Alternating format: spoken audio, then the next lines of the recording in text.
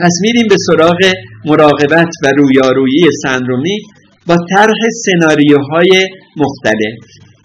اولین سناریو، لطفاً دقت بفرمایید، ما سعی کردیم اون چی که در بالین ممکنه اتفاق بیفته روی اون تمرین بکنیم. و این که گفتم سناریو، در اینجا نیومدیم از یک بیماری شروع کنیم و بگیم چنین تشخیصی داره و بنابراین این اقدامات انجام میدیم. نه، اون چی که در بالین اتفاق میفته، حتی اگر بحث بیوتروریسم هم نباشه، هیچ بیماری نمیاد به پزشک بگه که آقای دکتر یا خانم دکتر من مننژیت دارم و در رابطه با فصل و سن و جنس و علائمی که داره با اینی که تماس داشتم و اینها، این مننژیت مننگوکوکیه، منو بخوابونید و به من سفتی ریاکسون بدید تا تلف نشم. هیچ بیماری میاد اینطوری بگه؟ بیمار معمولا مراجعه میکنه با علائم و نشانه های خاصی که بعضی از اونها را به عنوان شکایت که سیمپتوم به اونها گفته میشه خود بیمار بر زبان جاری میکنه. مثلا از سردرد و تهوع و استفراغ و تب شکایت میکنه. بعضی از اونها را با معاینه پیدا میکنیم که به اونها ساین گفته میشه. ضمناً یک ابزرواسیون اپیدمیولوژیک هم گرفته میشه. ضمناً یه سری آزمایشات هم انجام داده میشه. ولی بیمار هیچ وقت نمیاد تشخیص را به ما بگه. ممکنه یک بیماری بیاد بگه که من علائم سرماخوردگی دارم با توجه به اینکه یکی از اعضای خانواده‌ام اخیراً کووید 19 داشته، فکر میکنم منم اون بیماری رو گرفته باشم. خب این ممکنه اتفاق بیفته، ولی این اتفاق خیلی شایعی نیست. بنابراین ما اون اتفاقی رو که به طور طبیعی یا در یک واقعه بیوتروریستی ممکنه رخ بده، در قالب حدود 8 تا سناریو اون اتفاقات را طراحی کردیم و بازنویسی کردیم. بعضا ممکنه اینها ریل کیس باشه، واقعا اتفاق افتاده باشه، بعضی هم واقعا یک سناریو ساده است تا بتونیم روی اون تمرین بکنیم. مطلب رو اول بیان میکنیم، بعد نگاه میکنیم ببینیم که در کدوم سندروم گنجونده میشه و بنابراین از زاویه اون سندروم نگاه میکنیم و میبینیم که چه اقدامات درمانی سریعی رو باید انجام بدیم تا بار بیماری را کاهش بدیم. خب اولین سناریو، به فاصله 3 روز بعد از یک حمله بیوتروریستی و آزادسازی یک عامل عفونی از طریق افشانه یا همون آیروسول در یکی از روستاها، تعداد زیادی از اهالی روستا دچار بیماری تنفسی حادی همراه با تب، سرفه شدید، خلط چرکی و سپس خلط خونی شدند. این تا اینجای کار. عده‌ای از اونها در عرض کمتر از 1 هفته پس از شروع بیماری در حالت اکیموز وسیع و سیاه شدن پوست بدن تلف شدند. اکیموز هم که همون حالت خون مردگی بود در زیر بدن. و عده‌ای هم به یکی از روستاهای اطراف گریختند و حدود 4 روز بعد از ورود اونها موارد جدیدی از همون بیماری در بین اهالی این روستا که هیچ گونه تماسی با اون آیروسول‌های اولیه نداشتن حادث شده. پس یه بیماری بوده که سکندری اتک ریت داشته.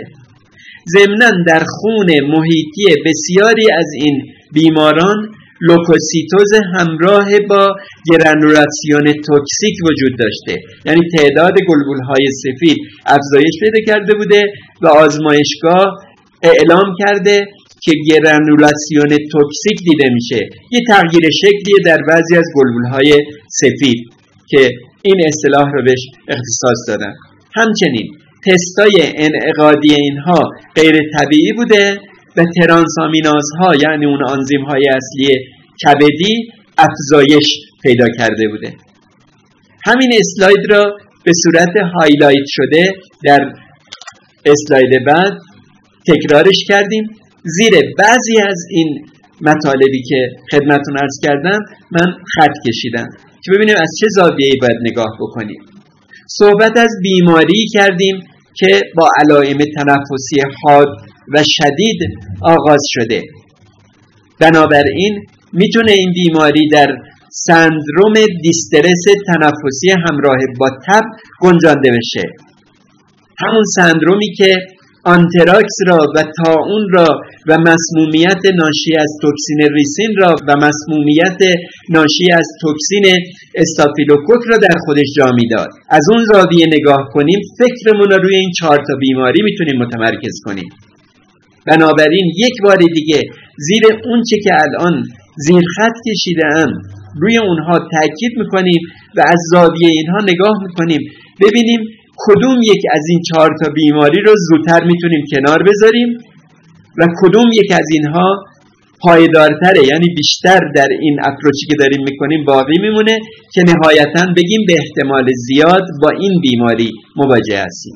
این رویکرد را از دوره کمون آغاز میکنیم. این هر بیماری که بوده در بین این 4 تا بیماری البته دوره کمون 3 روزه داشته. خب از همینجا قضاوتمون آغاز میکنیم. 2 تا از این عوامل 4گانه جزو توکسین ها هستند، ریسین و توکسین استافیلوکوک. قبلا هم صحبت کردیم بیماری هایی که ناشی از توکسین هستند با یک سرعت چند ساعته علائمشون ظاهر میشه چون دوره کمون آنچنانی ندارن. ثابت شده که این فاصله برای توکسین ریسین یا برای توکسین استافیلوکوک، این توکسین به خصوصش که علائم تنفسی میده البته حدود 8 ساعته، نه 3 روز. در عرض 3 روز اینها یا تلف میشن و یا اینکه بهبود پیدا میکنن. بنابراین با قاطعیت از زاویه دوره کمون 3 روزه که نگاه میکنیم میگیم مسمومیت ناشی از ریسین را کنار میگذاریم، مسمومیت ناشی از استافیلوکوک را هم کنار میگذاریم. ببینید چقدر آسون شد کار. بنابراین میمونه آنتراکس استنشاقی و طاعون. یه قدری میریم جلوتر. بیماری تنفسی حاد همراه با تب، خب در هر دوشو میتونه وجود داشته باشه. میرسیم به خلط چرکی. من چند لحظه قبل خدمتتون عرض کردم آنتراکس رو بهش نمیگیم آنتراکس ریوی، چرا که نسج ریه رو گرفتار نمیکنه، اطراف ریه رو گرفتار میکنه، ناف ریه را، عقده های لنفاوی ناف ریه و مدیاستن رو گرفتار میکنه. بنابراین نباید انتظار داشته باشیم خلط چرکی داشته باشه. دقت بفرمایید. از طرفی از زاویه طاعون که نگاه کنیم طاعون نسج ریه رو گرفتار میکنه و در ابتدا خلط چرکی میده و چون نکروزان هست و سلول های ریوی رو از بین میبره نهایتا میتونه خلط خونی ایجاد کنه. پس از زاویه خلط چرکی که نگاه میکنیم میبینیم که این علامت بیشتر به نفع طاعونه، خلط خونی هم به نفع طاعونه. یه قدری میریم جلوتر میبینیم که یه عده از اینها دچار اکیموز یعنی حالت خونمردگی و سیاه شدن پوست شدن. درسته که اسم سیاه زخمه یا زخم سیاهه و اسم با مسمایی هم هست، ولی معنیش این نیست که نهایتاً در یک چهره همراه با سیانوز و اکیموز وسیع بیماران را از پا در میاره. نه، اون سیاه زخم بچه تسمیه زخمیه که وسطش به سیاهی گرایش پیدا میکنه. پس این اکیموز وسیع و سیاه شدن پوست مبادا این گونه تداعی بشه که ناشی از سیاه زخمه. نه، در طاعون اتفاق میفته. پس اکیموز وسیع و سیاه شدن پوست به اضافه خلط چرکی و خونی به نفع طاعونه. و فراموش نکنیم که از زاویه دوره کمون هم که نگاه کنیم دوره کمون طاعون ممکنه 3-4 روز یا 4-5 روز باشه. دوره کمون سیاه زخم بیش از 1 هفته است، حدود 10 روزه و ممکنه از اون هم بیشتر باشه. پس تا اینجا بین این 4 تا بیماری 2 تا بیماری که ناشی از توکسین هست را که به راحتی از زاویه دوره کمون نگاه کردیم و کنار گذاشتیم، سیاه زخم هم که یواش یواش داریم همین از زاویه دوره کمون نگاه کردیم و از زاویه خلط چرکی و اکیموزی که ایجاد شده نگاه میکنیم و داریم کنار میگذاریم و باز میریم جلوتر ببینیم که چه اتفاقی میفته. موارد جدیدی از بیماری در بین اهالی اون روستایی که این بیماران یا این مصدومین به اون روستا پناه برده بودند اتفاق میفته. معنیش اینه که این بیماری هرچی که هست دارای سکندری اتک ریته، دارای حملات ثانویه است.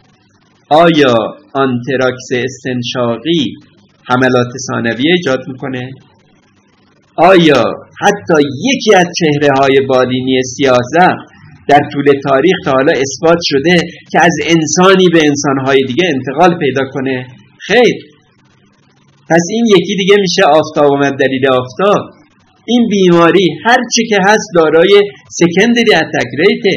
بین این دوتا بیماری فقط طاعونه که میتونه قابلیت سرایت انسان به انسان داشته باشه. و اما اطلاعات بیشتر میریم جلوتر، اینها لوکوسیتوز دارن، تعداد گلبولای سفیدشون افزایش پیدا کرده. هم در طاعون اتفاق میفته هم در سیاه‌زخم. گرانولاسیون توکسیک دارن، در هر بیماری عفونی باکتریال خطیر ممکنه اتفاق بیفته. میریم جلوتر باز، تستای انعقادیشون تا حدودی مختل شده، در هر دو بیماری ممکنه رخ بده. آنزیم‌های کبدی افزایش پیدا کرده، افزایش ترانسامینازها در هر دو بیماری ممکنه دیده بشه. باسیل گرم منفی دیده شده. این در ابزرواسیون صفحه قبل نبود. باسیل گرم منفی به خصوص اگر با رنگ رایت یا گیمسا رنگامیزی بشه و بایپولار باشه، دو قطبی باشه، یعنی دو طرف این باسیل پررنگتر شده باشه، دیگه شکی باقی نمیمونه که این همون یرسینیا پستیس هست، عامل طاعون. عامل آنتراکس هم باسیله، ولی باسیل بلند بالای گرم مثبت، نه باسیل گرم منفی. پس این باسیل گرم منفی هم به نفع تشخیص طاعون هست. بالاخره برونکوپنومونی دیده شده، یعنی هم نسج ریه گرفتاره و هم راه‌های تنفسی. کاویته ایجاد شده، خردگی ایجاد شده به وسیله خاصیت نکروزان اون عامل عفونت‌زا، خفراتی در ریه دیده میشه. ما که گفتیم آنتراکس به سراغ ریه نمیره، پس از این زاویه هم نگاه کنیم به طاعون میتونیم بیاندیشیم. و این برونکوپنومونی و کاویته در همون کلیشه رادیوگرافی ساده قفسه سینه دیده شده. ملاحظه فرمودید چقدر آسونه؟ هیچ کدوم از این آزمایشاتی که اسم بردیم وقتگیر نیستن، به سرعت میشه این آزمایشات انجام داد.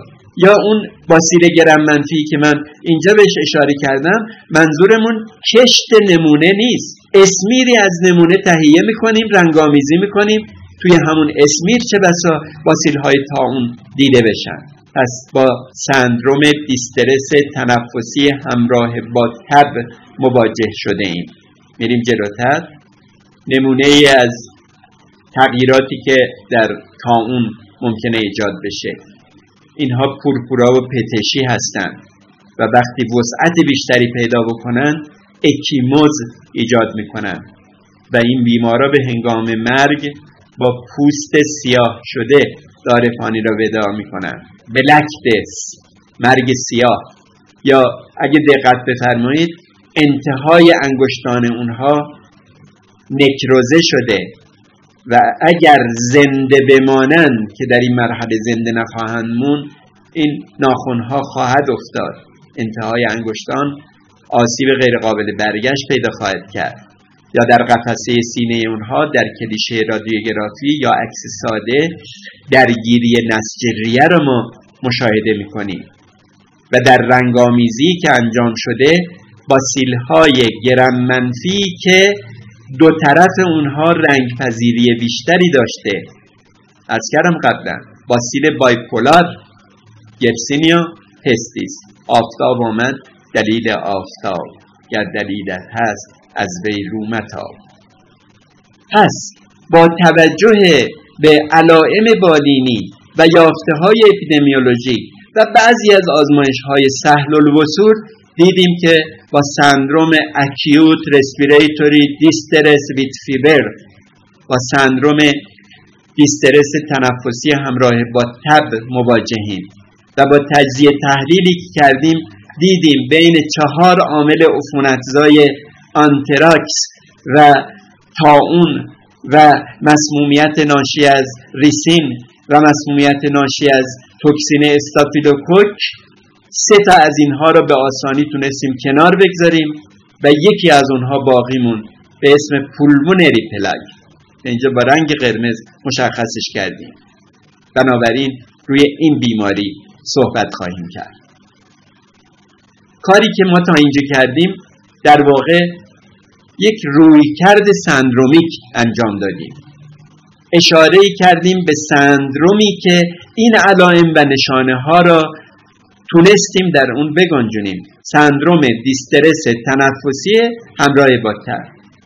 کلیدهای تشخیص افتراقی ما با سندروم های دیگه چیا بودن؟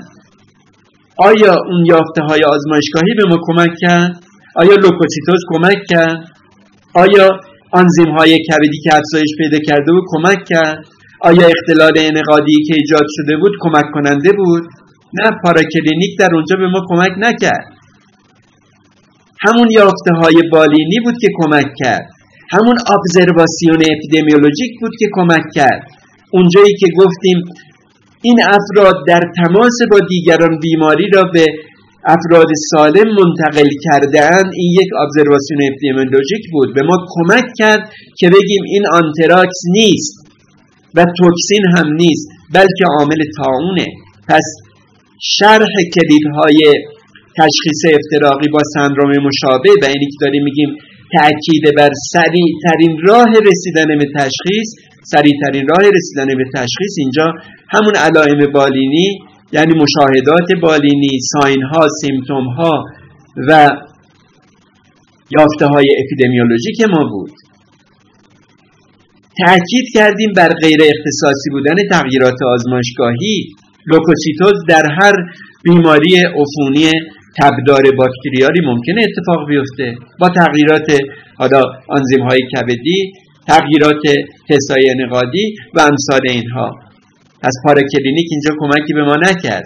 هرچند اونجایی که صحبت از رنگامیزی نمونه ها شد باسیل گرم منفی را دیدیم، ولی اون را هم که نمیدیدیم در اساس همون ابزرواسیون های بالینی و ابزرواسیون های اپیدمیولوژیک میتونستیم به تشخیص طاعون برسیم و درمان را هرچه سریعتر آغاز بکنیم. و اما الان که مشخص شد طاعون هست، آیا فرقی بین همهگیری طبیعی طاعون و اپیدمی ناشی از طاعون بیوتروریستی وجود داره؟ بله، یک تفاوت عمده وجود داره. طاعون طبیعی زمانی که در کشور خودمونم به فراوانی وجود داشته از طریق گزش کک ایجاد می شده. کک ها معمولاً وارد لباس های اندام تحتانی می شدن. ببخشید یک ضرب المثل عامیانه است، میگن کک به تومانش افتاده، یعنی کک وارد پاچه شلوارش شده است. هیچ وقت نمیگن کک به آستینش افتاده است، کک به یقهش افتاده است. ممکنه بر حسب اتفاق کک وارد یقه یک کودکی بشه که خیلی قد و قامت بلند بالایی نداره، یک کودک کم سن، ولی از قدیم الایام هم میدونستن که کک، چه ککی که ناقل طاعون هست و آلوده به عامل طاعون، چه کک معمولی که برای خونخواری وارد بدن انسان میشه، پرواز نمیتونه بکنه، میپره و وارد پاچه شلوار میشه. پس در یک همهگیری طبیعی این کک ها هستند که به تومان انسان ها میافتند و شروع به خونخواری میکنند، البته اگر در اون حالت بتونن خونها را ببلعن، چون توضیح خواهم داد خدمتتون که ککی که آلوده است و بیماره معمولا بلعش هم مختل میشه، سعی میکنه خونخواری کنه ولی اون خون را استفراغ میکنه. در اون استفراغ عامل طاعون وجود داره، عامل طاعون وارد زخم محل گزش میشه و به هنگام خونخواری در واقع مشغول تلقیح عامل طاعون هست به بدن کسانی که طاعون ندارن. بنابراین در همهگیری طاعون طبیعی عده زیادی از انسانهایی که مورد گزش چنین کک‌هایی قرار میگیرن دچار آدنوپاتی یا تورم عقده‌های لنفاوی کشاله ران میشن. اصطلاحاً به اون بوبو یا خیارک گفته میشه، چون این عقده‌های لنفاوی گله گله کنار همدیگه قرار میگیرند و از زیر پوست یک حالت خیار مانندی را یا خیارک مانندی را تداعی میکنن، یک چنین شکلی به خودشون میگیرن. بیمار تب میکنه، درسته که بیمار نیاز به درمان داره، ولی حال عمومی چندان بدی نداره. ریه ها به ندرت ممکنه گرفتار بشه. از هر 100 نفری که دچار طاعون طبیعی میشن 4-5 نفرشون ممکنه دچار طاعون ریوی بشن. پس در همه‌گیری طبیعی طاعون اکثریت افراد دچار طاعون خیارکی میشن، نه طاعون ریوی. ولی برعکس در یک طاعون بیوتروریستی با اینکه بیوتروریست‌ها عامل طاعون را از طریق آیروسول‌های آلوده در محیط پخش میکنن و در بین جمعیت‌های انسانی منتشر میکنن، اتفاقی که میفته اینه که این عوامل از طریق تنفسی وارد ریه ها میشن و طاعون ریوی ایجاد میکنن. بنابراین از هر 100 نفری که با این آیروسول ها در تماس قرار گرفته، بیش از 95 نفرشون دچار طاعون ریوی میشن که شدیدتر، کشنده‌تر، شدیداً مسری هست و صحبت‌های دیگه، و فقط 4-5 نفرشون ممکنه که دچار طاعون غیر ریوی بشن. پس این فرق بین همه‌گیری طبیعی و اپیدمی ناشی از طاعون بیوتروریستیه. مخاطرات احتمالی برای حیوانات و گیاهان منطقه. آیا الان که داریم میگیم بیوتروریست‌ها اومدن و سلاح طاعون را به صورت آیروسول در یک محیطی پخش کردن، فقط این انسان‌ها بودند که سلامتشون به مخاطره افتاده، یا حیوانات هم ممکنه سلامتشون به مخاطره بیفته؟ مخزن طاعون موش‌ها هستند، مخصوصاً رت‌ها یا موش‌های صحرایی.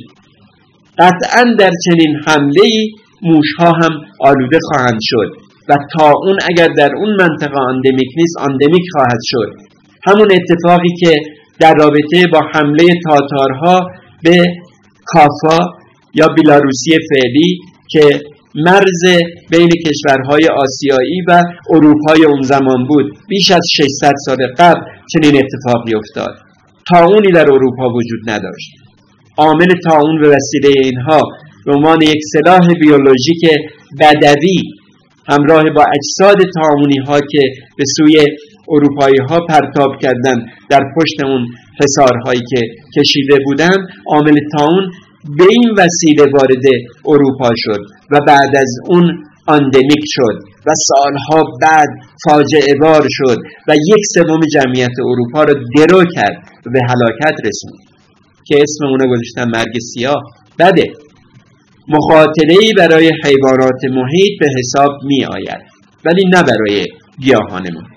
سطوح سگانه پیشگیری رو در رابطه با طاعون اینجا لازمه که من خدمتتون اشاره‌ای بکنم، هرچند در یک ویدئوی جداگونه‌ای در مورد اپیدمیولوژی بالینی و کنترل طاعون مطالبی را آماده کردم، ولی در اینجا هم به اشاره اکتفا میکنیم. سطوح سگانه در پیشگیری اولیه طاعون باید ببینیم که آیا طاعون دارای واکسنی هست که افراد در معرض خطر از اون واکسن استفاده کنند دچار بیماری نشن، یا احیانا کسانی که در تماس قرار گرفتن، آیا اگر واکسنی وجود داره از اون واکسن میتونیم به عنوان ایمونوپروفیلاکسی بعد از تماس استفاده بکنیم یا نه؟ آیا کموپروفیلاکسی جایگاهی در پیشگیری از طاعون در تماس یافتگان داره یا نداره؟ آیا باید اینها را ایزوله بکنیم یا خیر که به دیگران سرایت نکنه در رابطه با پیشگیری سطح اول؟ نحوه آلودگی زدایی چه هست در محیط؟ مبارزه با جوندگان و کک‌ها که مخزن و ناقل طاعون هستند چگونه باید صورت بگیره؟ من اشاره به اینها خدمتتون میکنم. طاعون به اون صورت باید بگیم که واکسن موثری نداره. البته واکسنی را سالها قبل ساختن و در نظامیان آمریکا، نظامیان متجاوز آمریکا در ویتنام هم مورد استفاده قرار دادن و دیدن جلوی بروز طاعون طبیعی را میتونه بگیره، و همچنان در نظامیان آمریکا و نظامیان بعضی از کشورهای دیگه ممکنه از اون واکسن استفاده بکنن، یا از چنین واکسنی ممکنه در کارکنان آزمایشگاه‌هایی که روی باسیل طاعون کار میکنن استفاده بشه، ولی مورد استعمال 3 و 4 نداره. پس یک واکسنی داره که مورد استعمال محدود و خاصی داره. در بعضی از نظامی ها ممکنه مورد استفاده قرار بگیره یا در بعضی از کارکنان آزمایشگاه ها. و عجیبه که اثبات نشده این واکسن قادر به پیشگیری از طاعون ریوی باشه، ولی اثبات شده که از طاعون طبیعی در محیط تا حدودی میتونه جلوگیری بکنه. پس این وضعیت واکسن که البته در اسلایدهای بعد یه اشاره دیگه هم به این واکسن خواهم کرد. آیا کموپروفیلاکسی یا پیشگیری دارویی جایگاهی در پیشگیری طاعون داره یا نه؟ بله، جایگاه شناخته شده‌ای داره. اشاره خواهم کرد. آیا مبارزه با جوندگان و کک‌ها که به طور همزمان با ساماندهی همه‌گیری طاعون، اعم از همه‌گیری طبیعی و یک همه‌گیری بیوتروریستی باید انجام بشه، چگونه باید آغاز بشه؟ آیا در ابتدا باید جوندگان را از بین برد و بعد کک‌ها را، یا اول کک‌ها را از بین برد و بعد جوندگان را، یا به طور همزمان هر دو را با همدیگه از بین برد؟ جواب اینه که هر دو را به طور همزمان باید از بین برد. اگر به مبارزه با جوندگان پرداخته بشه و مبارزه با کک‌ها به تأخیر و به تعویق انداخته بشه، اتفاق بسیار بدی میفته. کک‌هایی که روی بدن جوندگان بیمار بودن و بالاخره با اونها زندگی میکردن و وارد اماکن انسانی نشده بودن، ما اگر این جوندگان مخزن را از بین ببریم بدون اینکه کک‌ها را به طور همزمان از بین ببریم، این کک‌ها دنبال میزبان جدیدی میگردن. خودشون را به موشهای خانگی ممکنه برسونن، خودشون را به اماکن انسانی ممکنه برسونن و عامل طاعون را منتشر بکنن. بنابراین لازمه که کک‌ها را هم به طور همزمان با موشها از بین ببریم و اگر به دلایلی نمیتونیم با هر دو موجود مبارزه بکنیم، از بین بردن کک‌ها را در اولویت قرار بدیم. مطالب قابل فهمیه و قابل تأمین به پیشگیری و کنترل خیلی از بیماری‌های دیگه. در مورد واکسیناسیون و کموپروفیلاکسی بعداً صحبت‌های خدمتتون خواهم کرد. به پیشگیری ثانویه که میرسیم، میگیم هدفمون بازگرداندن سلامتی به کالبد افرادی که بیمار شدن. با این فوریت و تأکید بر این حالت اورژانسی که در طاعون ریوی ما فقط 24 ساعت فرصت داریم که تشخیص بدیم و اقدامات درمانیمون رو آغاز بکنیم. اگر نه از این 24 ساعت که بگذره دیگه عوارض وخیم غیر قابل برگشتی پیش میاد که قطعاً منجر به مرگ بیماران میشه. پس تشخیص زودرس و درمان به موقع. خوشبختانه تشخیص بیماری آسانه، به خصوص که از کردم در وقایع بیوتروریستی از زاویه سیندرومیک اپروچ نگاه میکنیم و روی کرده سندرومیک سعی میکنیم داشته باشیم تا با سرعت خیلی بیشتری بتونیم به یک تشخیص محتملی دست پیدا کنیم و بر اساس اون درمان رو آغاز بکنیم. پس کار سختی نیست، مهم اینه که به فکرش باشیم و این دید را و این دیدگاه را داشته باشیم. در مورد درمان هم اشارات دیگه خواهم کرد. به پیشگیری سطح سوم که میرسیم، میبینیم که هدفمون جلوگیری از پیشرفت عوارض هست و هدف دیگه‌مون این هستش که اگر اینها جان سالمی به در بردن و سکل‌هایی یا داغ‌هایی به جا مونده و باعث ناتوانی اونها شده، اونها را توانمند بکنیم. بنابراین به توانمندسازی اونها میخوایم بپردازیم. احتمالاً با بعضی از اعمال جراحی یا ارتوپدی یا فیزیوتراپی و امثال اینها. نکته آخری که در این اسلاید هست بحث بایوسیفتی هست یا ایمنی زیستی. ما مخاطرات آزمایشگاهی رو مبادا فراموش بکنیم، چه در رابطه با بیماری‌های عفونی که به طور طبیعی حادث میشن و چه در حملات بیوتروریستی، چه در رابطه با نوپدیدی، چه بازپدیدی و چه بیماری‌های عصر حجری.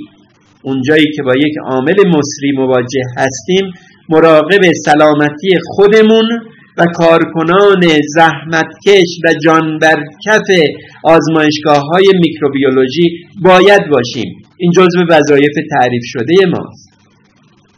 جزو اصول اصلی اخلاق پزشکی، اخلاق در پژوهش، اخلاق حرفه‌ای و امثال اینها.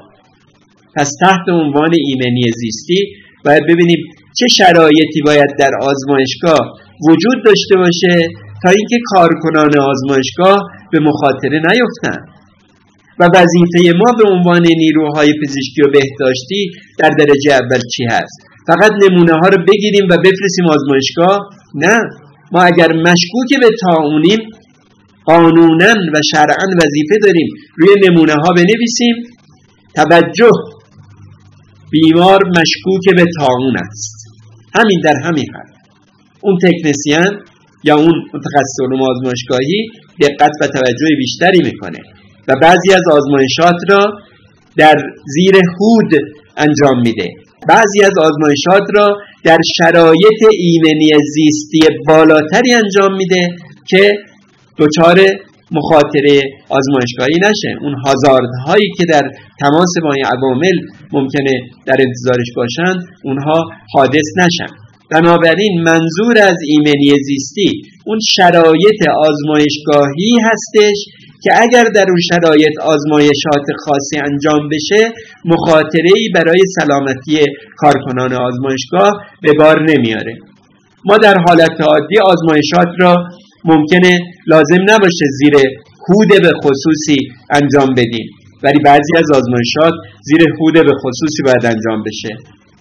در اینجا معلوم میشه که از یه بایو سیفتی لول بالاتری باید برخوردار باشه، مثلا لول 2.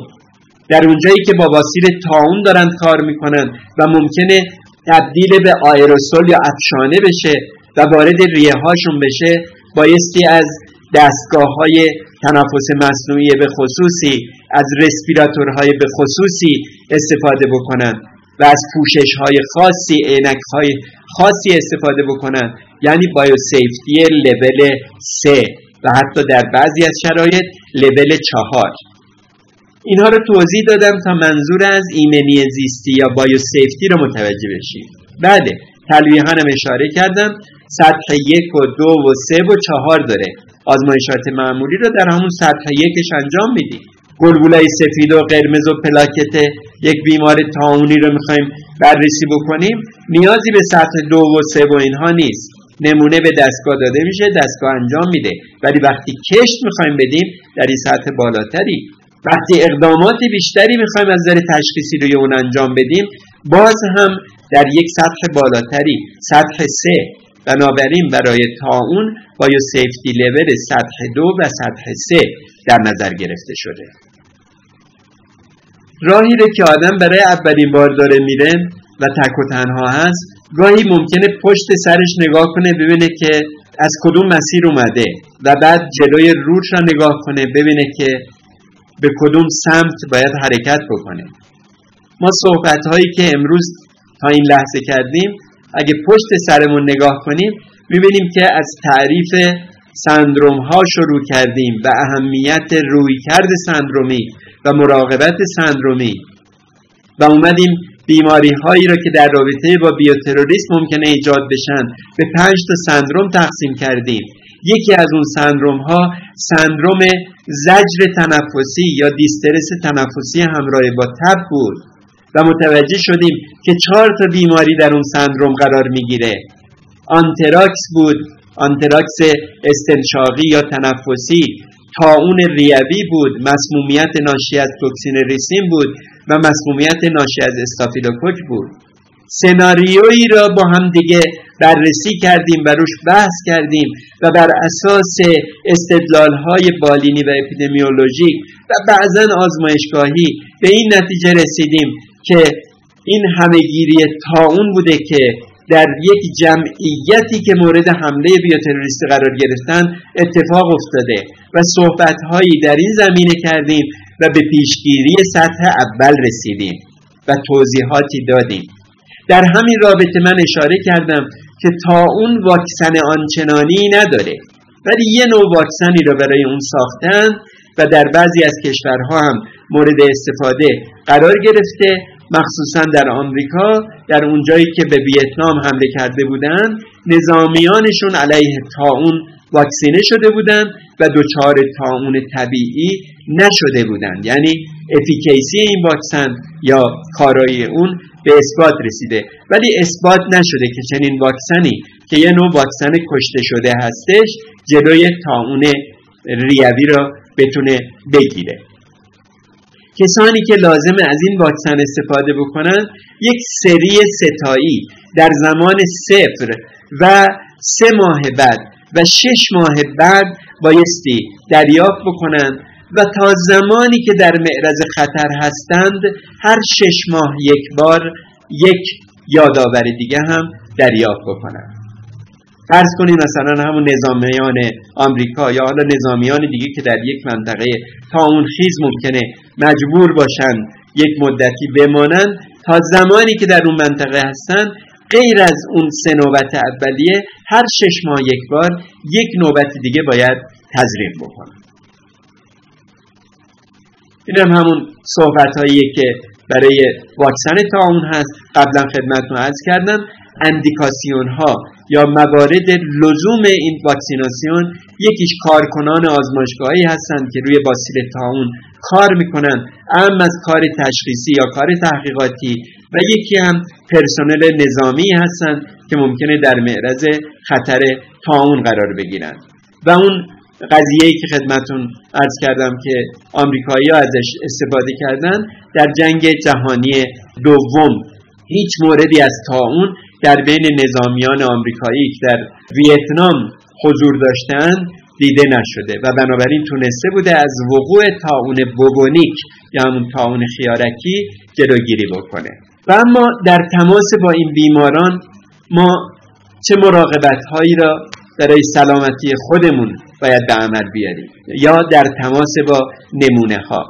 خب بیماریه که میتونه از طریق تنفسی انتقال پیدا کنه، از طریق تماس با بیماران طاعونی، از طریق دراپلت ها یا ذرات درشت آلوده انتقال پیدا میکنه.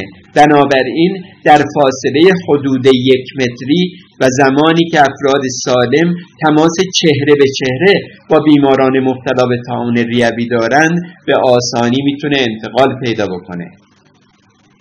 و وقتی این صحبت ها میکنیم نیاز به استفاده از ماسک، همین ماسک های معمولی برامون تداعی میشه. صحبت دیگه این هستش که پزشکان و پیراپزشکان، پرستاران اگه قراره که در تماس با این بیماران قرار بگیرن و معایناتی رو انجام بدن یا خدمتی رو به اونها ارائه بدن، اون کارهایی رو که از پشت سر میشه انجام بدن نیازی نیست چهره به چهره با این بیماران قرار بگیرن. اگر قراره که پزشک ریه های بیمار مشکوک به طاعون را یا مبتلای به طاعون را معاینه بکنه، نیازی به این نیست که جلوی بیمار بایسته و در فاصله کمی از اون قرار بگیره. حتی با زدن ماسک پزشک میتونه پشت سر بیمار قرار بگیره، گوشی را از روی شانه بیمار به سمت جلو بیاره، روی قفسه سینه بیمار بگذاره و معاینه بکنه. به همین سادگی. منتها لازمش اینه که به فکر راه‌های انتقال باشیم و این مسائل را جدی تلقی بکنیم.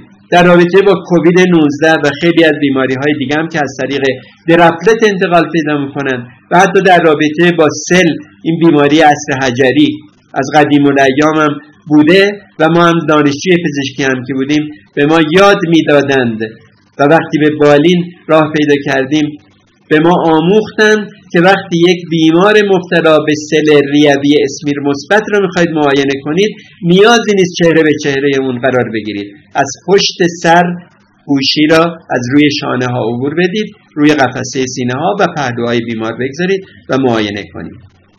پس اونجایی که صحبت از مراقبت از خود یا خود مراقبتی هست، پزشکان و پرستاران این مسائل را باید مراعات بکنند با توجه به اینکه بیماران طاعونی از طریق تنفسی عامل طاعون را ممکنه منتقل بکنن، اون ایزولاسیون تنفسی را برای اونها لحاظ بکنن.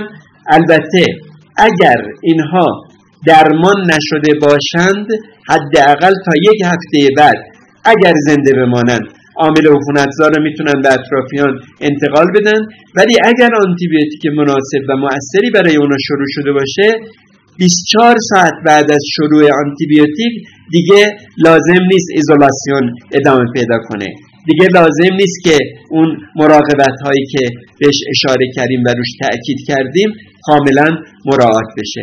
پس بدون استفاده از آنتیبیوتیک حدود 1 هفته، با استفاده از آنتیبیوتیک فقط 48 ساعت.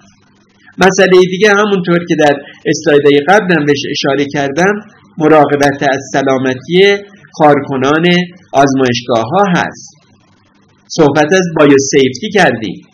اولا این وظیفه ما هست که به اطلاع کارکنان برسونیم. این بولت اول را یا خط تیره اول را ملاحظه بفرمایید. alert laboratory if suspect.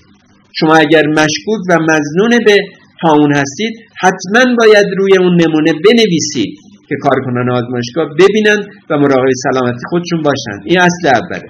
بعد نمونه ها که به آزمایشگاه رسید با توجه به اینکه بحث طاعون مطرح هست اقدامات تشخیصی معمولی رو که میخوان در آزمایشگاه انجام بدن از بایوسیفتی لول 2 لازمه که استفاده کنن، ولی اونجایی که ممکنه اقدامات تشخیصی دقیق تری را یا تخصصی تری را انجام بدن، مثلا لازم بشه که یک نمونه ای را سانتریفوژ بکنن با توجه به اینکه سانتریفوژ باعث میشه که آیروسول هم نهایتاً بعد از باز کردن در دستگاه سانتریفوژ ایجاد بشه و پخش بشه، توصیه شده که بایوسیفتی لول 3 مراعات بشه، یعنی اون دستگاه سانتریفوژ هم حتی زیر هود به خصوصی قرار بگیره و آزمایشات انجام بشه. اینها هم یه نکاتی بود که لازم بود بهش توجه میکردیم. صحبت از درمان طاعون شد قبلا. خوشبختانه یک بیماری کاملا قابل درمان هست و اونجایی که بیماری رو تشخیص میدیم به راحتی میتونیم درمان بکنیم، ولی چون داریم پیشگیری سطح اول رو میگیم قبل از درمان اشاره‌ای به کموپروفیلاکسی بکنیم. کموپروفیلاکسی جایگاه شناخته شده‌ای در طاعون داره و در تماس یافتگان با آیروسول‌های آلوده در یک حمله بیوتروریستی قبل از اینکه علائم بالینی ظاهر بشه یا در تماس یافتگان با طاعون ریوی قبل از اینکه علائم بالینی بیماری طاعون ظاهر بشه ما میتونیم از کموپروفیلاکسی بعد از تماس استفاده کنیم با تجویز تتراسایکلین ها، به خصوص داکسیسایکلین یا اگه نبود خود کپسول تتراسایکلین یا کینولون ها مثل لوفولوکساسین و بعضی از داروهای دیگه. به هر حال حتی در خانم‌های باردار تماس یافته ما میتونیم از داروهای سالمی که در دسترس هست استفاده کنیم، از جمله کلورامفنیکول، و اگر کلورامفنیکول در دسترس نبود حتی تجویز داکسیسایکلین هم ممنوعیت مطلقی در اونها نداره. به چه مدت باید کموپروفیلاکسی یا پیشگیری دارویی را در تماس یافتگان اجرا بکنیم؟ حدود 1 هفته. ولی اگر در یک حمله بیوتروریستی خیلی وسیعی باشه و عده زیادی از تماس یافتگان در معرض اون حمله قرار گرفتن تا حدود 10 روز را هم توصیه کردن. بنابراین کموپروفیلاکسی بین 7 تا 10 روز باید ادامه پیدا کنه با یکی از اون داروها. دوز داروها را هم کاری نداشته باشیم. این اسلاید هم همون مطالبی که مربوط به داروها عرض کردم همون مطالبه، با دوز داروها در حالات مختلف، در بزرگسالا چه داروهایی بدیم با چه دوزی، در کودکان چه بکنیم، در خانم‌های باردار از چه داروهایی و به چه مقدار به عنوان کموپروفیلاکسی استفاده کنیم. نیازی به دوز داروها نیست. این هم ادامه همون اسلایدهای قبلی هستش.